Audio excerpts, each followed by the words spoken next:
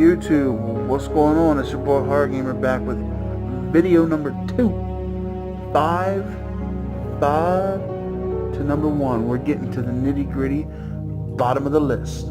Alright, with that being said, next on the Hard Gamer Top 10 2017 is a little game that everybody should know. Everybody has probably played it already, and that's good old Friday the 13th, the game. Now come on. When I was growing up,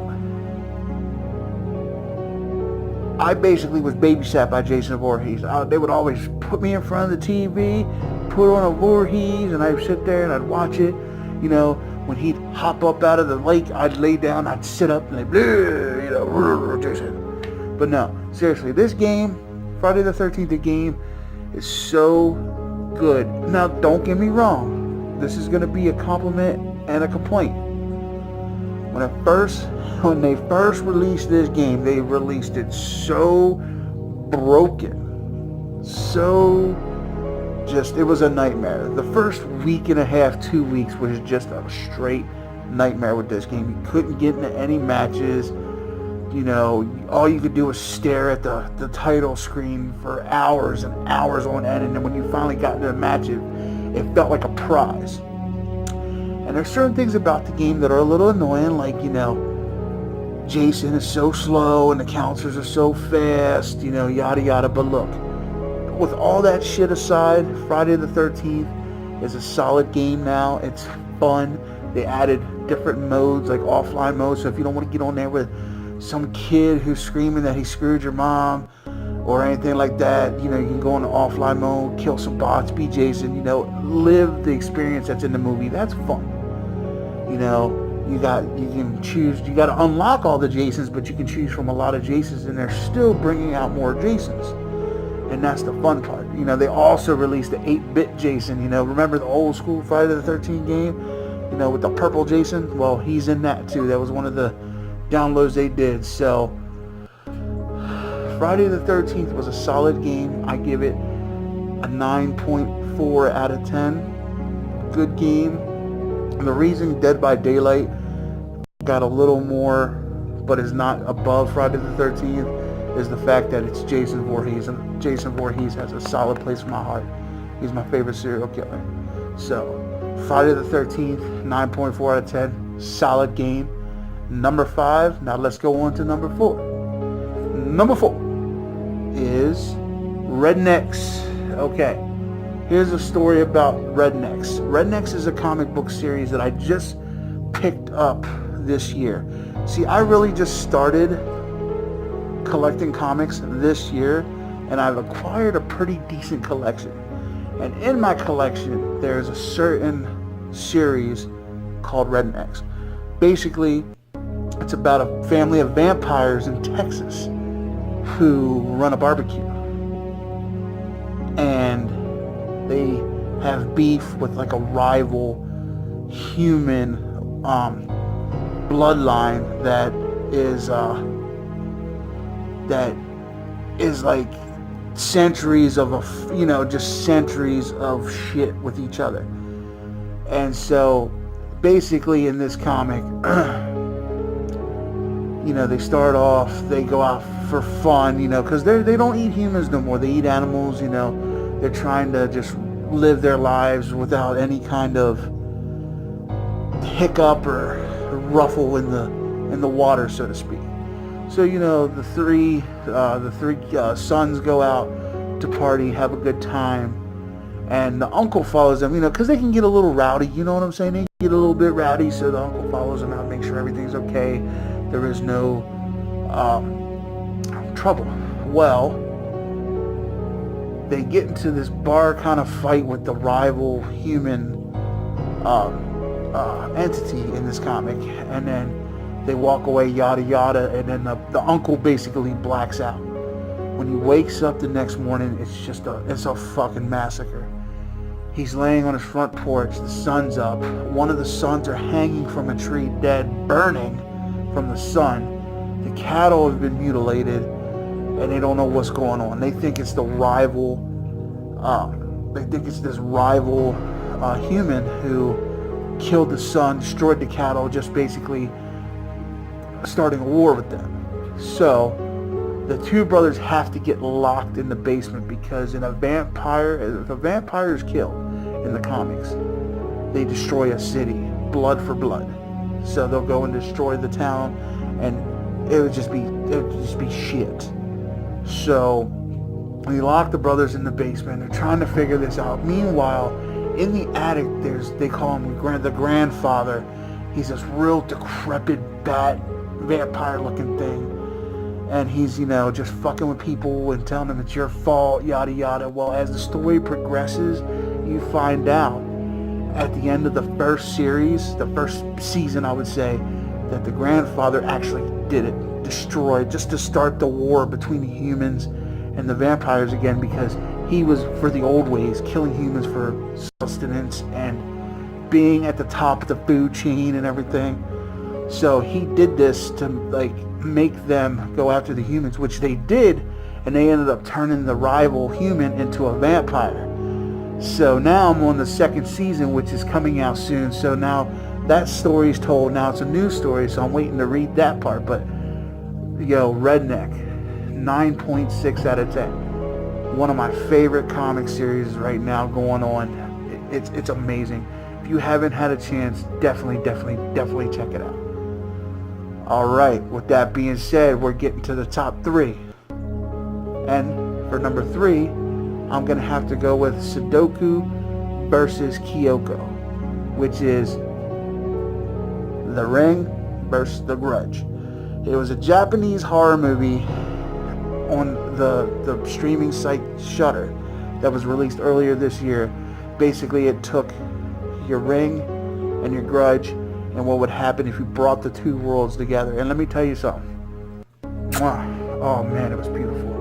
Listen, I don't scare easy. Your boy Horror Gamer's not a chicken shit. But this movie was fantastic. It was creepy. And then it did take a little bit to get them together, but man, when they got them together, it didn't disappoint. So basically what happened, as you can tell, a girl watched the videotape and, she's getting ready to get killed, and then you find out that this other girl went into this house where the Grudge is, you know what I mean? So this guy, he has this idea that, okay, well, how about we bring both the curses together and let the curses destroy themselves? So in the movie, he's trying to actually stop Sudoku, which is the Ring. He's trying to help this girl stop the Ring. Well, then when he finds out that this other girl went into the Grudge house and that Kyoko is after her, that's when he decides to get the two people together in the house.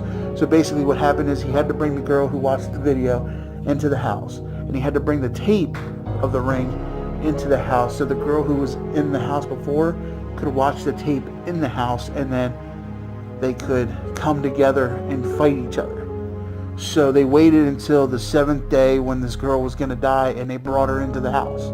And then, here comes Kyoko down the steps to come after the girl who was already in the house. And then the other girl is watching the tape in the living room, so Kyoko's coming behind them, and then here comes the girl from the Ring coming out to get the other girl. And so they go after each other. And the one scene that gets me laughing every time is the scene where the little boy is there. He's like, and fucking the girl from the Ring's hair comes and grabs him and pulls him into the TV. Dude, legit shit. But anyway, so basically at the end they end up fighting each other, but instead of destroying each other, they become one and they become a stronger, better curse. So that's where it leaves off. So they set it up for another one. But anyway, Sudoku versus Kyoko, I'm gonna have to give a 9.9 out of 10. Loved it. For me, it was good. I like both stories. And so 9.9 out of 10. Now, top 2. Number 2. Sorry. Number 2. It was the best horror movie I saw all year. This dude who played Pennywise just was amazing. He did his thing. He was scary. He was funny. You know, this movie was all around the best movie of 2017, horror-wise. You know, I'm sure you've seen the original. These kids, you know, Georgie, hey, Georgie, you know, you all know that part. Georgie gets his arm bit off by Pennywise.